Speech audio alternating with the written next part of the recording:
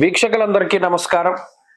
అందరికీ కూడా నూతన తెలుగు సంవత్సరాది శ్రీ విశ్వావసు నామ సంవత్సర ఉగాది శుభాకాంక్షలు. ఈ సంవత్సరంలో ధను రాశి వారికి ఏ విధమైనటువంటి ఫలితాలు కలగబోతున్నాయో మనం ఈ వీడియో ద్వారా తెలుసుకునేటువంటి ప్రయత్నం చేద్దాం. ఈ సంవత్సరం ధను రాశి వారికి ఆదాయం 5, వ్యయం 5, రాజ్యపూజ్యం 1, అవమానం 5. అంటే ఆదాయ వ్యయాలు సరిపోతూ ఉన్నాయి, వచ్చిన డబ్బు వచ్చినట్టు పోతుంది. కొంతలో కొంత అవమానం అనేటువంటిది 4 పాళ్ళు ఎక్కువగా ఉన్నది. ఈ సంవత్సరంలో గురుడు మే 15వ తారీఖు వరకు 6వ ఇంట రజతమూర్తి, తదుపరి 7వ ఇంట లోహమూర్తిగా సంచారం చేస్తారు. శనేశ్వరుడు ఈ సంవత్సరం మొత్తం అర్ధాష్టమ శనిగా లోహమూర్తిగా సంచారం చేస్తారు. రాహుకేతువులు ఈ సంవత్సరంలో మే 21 వరకు అర్ధాష్టమ రాహువుగా 4, 10 స్థానాల్లో తామ్రమూర్తులు, తదుపరి 3, 9 స్థానాల్లో తామ్రమూర్తులుగా సంచారం చేయబోతూ ఉన్నారు. అంటే ప్రధానంగా ఈ సంవత్సరంలో జరిగిన గొప్ప మార్పు ఏంటి అంటే, గత సంవత్సరంలో గురుబలం లేదు, రాహు బలం లేదు, శనేశ్వరుడు ఒక్కరు బలంగా ఉన్నారు. ఈ సంవత్సరంలో రాహు బలం లేదు, శని బలం లేదు, గురుబలం మాత్రమే ఉన్నది. చాలా మందికి ఒక సందేహం, తృతీయంలో రాహు యోగిస్తాడు కదండి అని చాలా మంది మాట్లాడుతూ ఉంటారు. కానీ నిజానికి శాస్త్రంలో తృతీయ రాహువుకి గోచార పరంగా అంత అనుకూలతని చెప్పలేదు. ఈ విషయం గోచార ఫలదర్శిని కానీ లేకపోతే గోచార ఫలితాల గురించి చెప్పేటువంటి ఉద్గ్రంథాల్లో ఎక్కడైనా కనబడుతూ ఉంటుంది. కాబట్టి గ్రంథ పఠనం చేస్తే ఈ విషయాన్ని మనం చెప్పొచ్చు. తృతీయ రాహు ఎక్కడా యోగించరు. మీరు కావాలంటే మకర రాశి వాళ్ళ పరిస్థితి చూడండి, వాళ్ళకి తృతీయ రాహు మానసికంగా దెబ్బకొట్టారు. ఇప్పుడు అంటే ఉదాహరణకి చెప్తున్నా. అలాగే ఈ సంవత్సరంలో చూస్తే మరి గురు బలం అనేటువంటిది ప్రధానం. ధనురాశి వారికి ఒక గొప్ప యోగ్యమైనటువంటి స్థితి ఏంటి అంటే, సప్తమ గురుడు, అంటే డైరెక్ట్ గా సప్తమ స్థానంలో గురుడు ఉన్నారు. రాస్యాధిపతి యోగించడం అనేటువంటిది ఇది మామూలు విషయం కాదు, ఇదే ప్రధానమైనటువంటి విషయం. అర్ధాష్టమ శని దోషం ఉన్నా కూడా ఆయన మూర్తిత్వం వల్ల అంత చెడు ఫలితాలను ఇవ్వడం లేదు. కాబట్టి కొంతలో కొంత ఉపశమనం. ఇక్కడ నక్షత్రాల ప్రకారం చూస్తే మూలా నక్షత్రం వాళ్ళకి కందాయాలు బాగున్నాయి. కందాయ ఫలితంలో 4, 1, 3 సంఖ్యల్లో మొదటి 4 నెలలు మినహాయించి మిగతా 8 నెలల్లో మూలా నక్షత్ర యాతకులకి చాలా బాగున్నది. పూర్వాషాఢ నక్షత్ర యాతకులకి కందాయం 7, 2, 1గా ఉన్నది. అంటే మధ్యలో సరి సంఖ్య వల్ల మధ్యలో 4 నెలలు, అంటే జూలై నుండి అక్టోబర్ వరకు కొంత మిశ్రమంగా ఉంటుంది, మిగతా సంవత్సరం అంతా బాగుంది. ఉత్తరాషాఢ నక్షత్ర యాతకులకి 204 కందాయ ఫలం, మధ్య శూన్య మనోవ్యధ, మధ్యలో 0 వచ్చింది కాబట్టి మానసికమైన సమస్యలు కొంత ఎక్కువగా ఉంటాయి. ఇక ఈ సంవత్సరం అంతా కూడా అర్ధాష్టమ శని దోషం ఉన్న శుభదాయకంగా ఉండడానికి కారణం రాజదర్శనం, ఆరోగ్యం, గాంభీర్యం, గాత్ర పోషణం. చాలా మంది ఈ శ్లోకాలు కూడా గుర్తుపెట్టుకుంటున్నారు. నిజానికి చాలా గొప్ప విషయం. శాస్త్ర ప్రమాణం ఎప్పుడు కూడా ఋషి వాక్కులు మన నోటి నుండి వస్తే ఋషి యొక్క ఆశీర్వచనం మన దగ్గర ఉంటుంది. కాబట్టి ఇక్కడ రాజదర్శన, ఇక్కడ ఉన్నతమైనటువంటి పదవి ప్రాప్తి కనబడుతూ ఉన్నది. ఉద్యోగంలో కానీ వృత్తి ప్రవృత్తుల్లో కానీ చాలా క్రియాశీలకమైనటువంటి ఎదుగుదల ఉంటుంది. మాట్లాడేటువంటి మాట చాలా గంభీరంగా వస్తుంది. గంభీరంగా ఎప్పుడు వస్తుంది?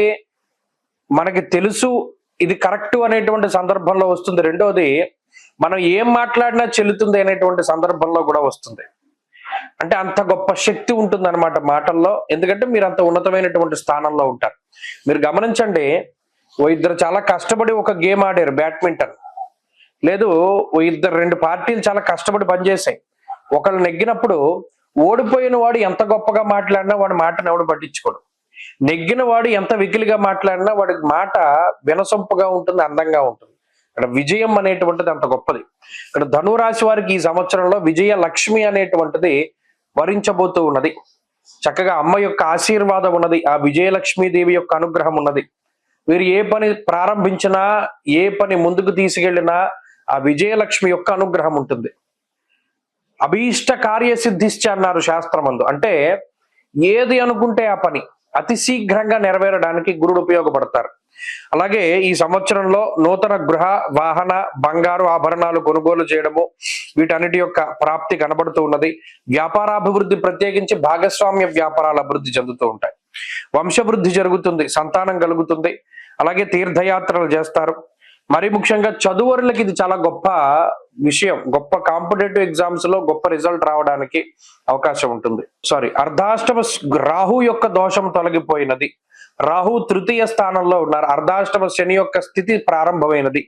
అయితే గురువు యొక్క స్థితిగతుల వల్ల ఈ శని దోషం కొంత తగ్గుతుంది. వాతశూలం మనక్లేశం భయం స్వస్థానహాని కృతం, ఇది ఒక అందుకు మంచిదే. గురుబలం ఉండడం వల్ల చెడు కూడా మంచిగా ఎలా మారిందో చూడండి. ఇంట్లో ఉండలేవు నువ్వు అన్నాడు. చతుర్థంలో శని పెట్టుకుంటే ఇంట్లో ఉండలేవు, ఉండక్కర్లేదు, ఆఫీసులో తిరుగుతారు, లేదో ఒక ఇంట్లో ఉండేవాడు ఇంకో ఇల్లు కొనుక్కుని దాంట్లోకి మారుతాడు, లేదో ఈ దేశంలో ఉండేవారు వేరే దేశానికి వెళతారు, అది మంచిదే. కాబట్టి శనిచ్చే ఫలితం గురుడు వల్ల ఎంత మంచిగా మారింది మీరు పరిశీలన చేయండి. అలాంటి ఫలితాలే ఈ సంవత్సరం వస్తాయి. కొంతలో కొంత ఏంటి అంటే ఇంట్లో ఉండడానికి కూడా వీరు ఇష్టపడరు. ఎందుకంటే ఇప్పుడు తిరగడానికి ప్రపంచ యాత్ర చేస్తారు, తీర్థయాత్ర చేస్తారు, లేదా దేశాటనం చేస్తారు, ఇలా రకరకాలుగా ఉండొచ్చు. కాబట్టి ఆ శనిచ్చే దోషాన్ని గురుడు లాగేశారు, ఇది ప్రత్యేకించి గుర్తుపెట్టుకోవాలి. తృతీయ రాహు స్థితి మానహానిర్మన క్లేశం ధైర్యహానిస్తదైవచ. ఇందాక చెప్పినట్టు శాస్త్రంలో చెప్పినటువంటి మాట ఏంటి అంటే ధైర్యాన్ని హరిస్తాడు రాహు. ఇక్కడ గురువు ఏం చేస్తున్నారు, గాంభీర్యం అంటే గొప్ప ధైర్యాన్ని ఇస్తున్నాడు.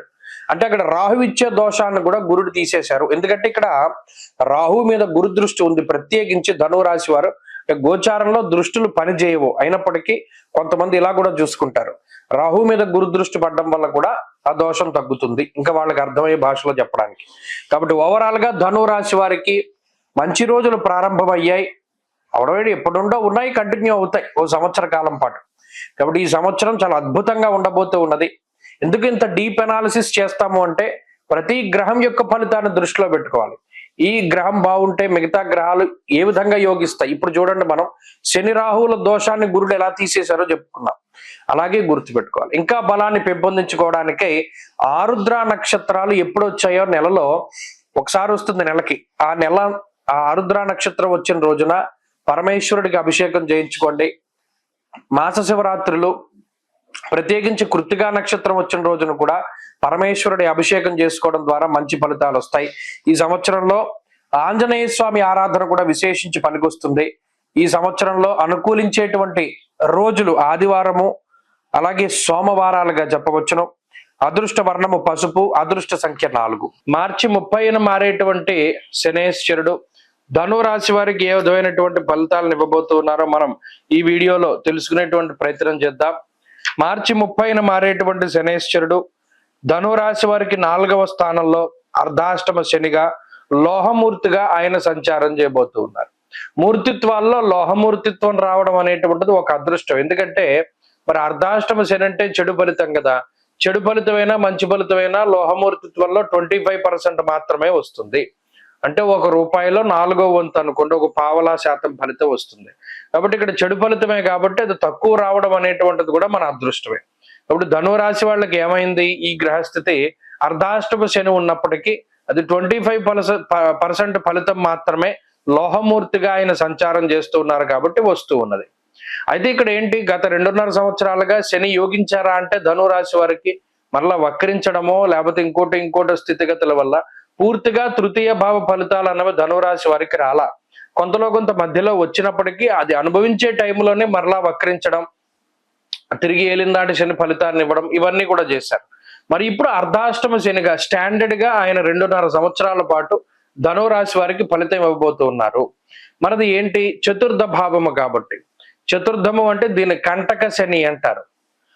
బంధు భావేన బంధుశ్చ గృహం మాతృబలం సుఖం వాహనం హృదయం బోధ్యం మానసం శయనం వదేత్ అన్నది శాస్త్రం. అంటే సుఖంగా నిద్రపోవడానికి, అలాగే బంధువులు, మరి కుటుంబ సభ్యులు, మాతృ అంటే తల్లికి సంబంధించినటువంటి స్థానం, అలాగే ఉద్యోగానికి సంబంధించిన స్థానం, వాహనాలకు సంబంధించి ఇది చాలా కీలకమైనటువంటి స్థానం. ఈ స్థానంలో శనేశ్వరుని యొక్క సంచారం మరి వీటన్నిటినీ కూడా దెబ్బతీస్తుంది. అనగా బంధువులతో విరోధాన్ని, తల్లికి అనారోగ్య సమస్యల్ని, అలాగే కుటుంబ సభ్యులతో విరోధాన్ని, వాతశూలం మనక్లేశం భయం స్వస్థాన హాని కృతు అన్నారు.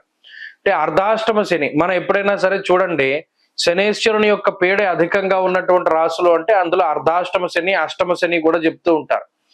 అర్ధాష్టమ స్థానం అన్నది కూడా చాలా ఇబ్బందికరమైనటువంటిది. అందువల్ల మరలా ఈ శని త్రయోదశులు, శనివారాలు, ఈ తిలదానాలు, తిలహోమాలు, లేకపోతేనేమో తైలాభిషేకాలు, ఇవి ఖచ్చితంగా వీరు కూడా చేయించుకుంటూ ఉండడం వల్ల మంచిది. అంటే దీనివల్ల ఏమవుతుందండి, అర్ధాష్టమ భావం అంటే మెయిన్ కుటుంబ సమస్యలు, అంటే ఇంట్లో ప్రశాంతంగా ఉండలేక, అబ్బాయి మన ఇంట్లో ఉండలేనురా ఇంకెక్కడికైనా వెళ్ళిపోదాం కాసేపు అని చెప్పి ఎక్కువ వర్క్, అంటే ఉద్యోగంలో ఎక్కువ పని వేళలు గడపడానికి, లేదు ఇంట్లో ఉండకుండా ఎటైనా విహారయాత్రలకు వెళ్ళడానికి, అంటే ఇంట్లో ఉండేటువంటి సమస్యలు తట్టుకోలేక, లేదా ఇంట్లో ఉండేటువంటి వారితో సఖ్యత లేక, ఇలా ఎక్కువగా శనేశ్వరుడు కుటుంబ పరంగా మానసికంగానే ఇబ్బంది పెట్టేటువంటి స్థానం ఇది. అలాగే ఉద్యోగపరమైనటువంటి చికాకులను సైతం ఈయన కలిగించవచ్చు. అంతేగాక వాతశూలం మనక్లేశం భయం స్వస్థాన హాని కృత్ అన్నారు. ఏదో ఒక మానసిక భయాన్ని, అంటే పలానా మనం ప్రోగ్రాం పెట్టుకున్నాం, పలానా కార్యక్రమం పెట్టుకున్నాం, అది ఎలా వెళుతుంది, పలానాది బాధ్యత మనం భుజం మీద వేసుకున్నాం ఎలా వెళుతుంది అనేటువంటి ఒక మానసిక భయం. అయితే ఇందాక ధనురాశి వరకు విషయం చెప్పారు, ఇవన్నీ చెడే, ఇవన్నీ వ్యతిరేకమైన భావాలే, ఫలితాలే. మరి లోహమూర్తిత్వంలో ఇవన్నీ 25% వస్తాయి కాబట్టి ఒక ఉపశమనం, ఒక మానసిక ప్రశాంతత. అందులోనూ ధనురాశి వారికి ఈ సంవత్సరం గురుబలం ఒకటి వస్తోంది. అంటే చాలా కాలం తర్వాత గురుబలం వస్తోంది. సప్తమ భావంలో గురుడు డైరెక్ట్ అవుతూ ఉన్నారు, సప్తమ భావంలోకి గురుడు వెళుతూ ఉన్నారు. కాబట్టి ఈ అర్ధాష్టమ శనిలో ఒక సంవత్సరం పాటు గురుబలం ఉంటుంది కాబట్టి పోతుంది. రిమైనింగ్ లో ఇప్పుడు తృతీయంలో ఉన్న రాహు మరలా 2లోకి వస్తారు కాబట్టి రాహు బలం ఉండడం వల్ల పోతుంది. శనివత్ రాహు కుజవత్ కేతు అన్నారు. కాబట్టి ఇక్కడ గురుడు రాహువు కూడా శనిచ్చే దోషాన్ని తీసేస్తున్నారు. ఇది ఒక మంచి విషయం. కాబట్టి ఎంతసేపు ధనురాశి వారికి చెడే ఉంటుంది అనేటువంటి మాట వాస్తవం కాదు. ఇప్పుడు గురు రాహువులు ఇద్దరు శనిచ్చే ఫలితాన్ని తీసేస్తున్నారు కాబట్టి, అందులోనూ ఆయనకు వచ్చిన మూర్తిత్వం కూడా కొంత లోహమూర్తిత్వం కాబట్టి ఈ పూర్తి స్థాయిలో చెడు ఫలితాలు అనేటువంటివి ఉండవు. ఈ ఒక్క విషయం గుర్తుపెట్టుకోవాలి. ఎంతసేపు ఈ అర్ధాష్టమ శని ఉన్నారు అనే భావన కలిగి ఉండడం మంచిదే. దానికి సంబంధించినటువంటి తశాంతి కూడా చేసుకోవడం మంచిది. అనగా శనివారాలు యథావిధిగా ఈ శనేశ్వరుడికి ఇచ్చేటువంటి దానాదులు చేస్తూ ఉండడం, అలాగే అభిషేకాదులు చేస్తూ ఉండడం, ఇవి మర్చిపోకుండా చేస్తూ ఉండాలి. తద్వారా కూడా శనిచ్చేటువంటి దుష్ఫలితాలు తగ్గుతాయి. ఏదేమైనా గురు రాహువులు ఇచ్చే శుభ ఫలితాల వల్ల శని దోషం పోతుంది కాబట్టి ఆ విషయాన్ని కూడా వీరు దృష్టిలో పెట్టుకోవాలి. స్వస్తి.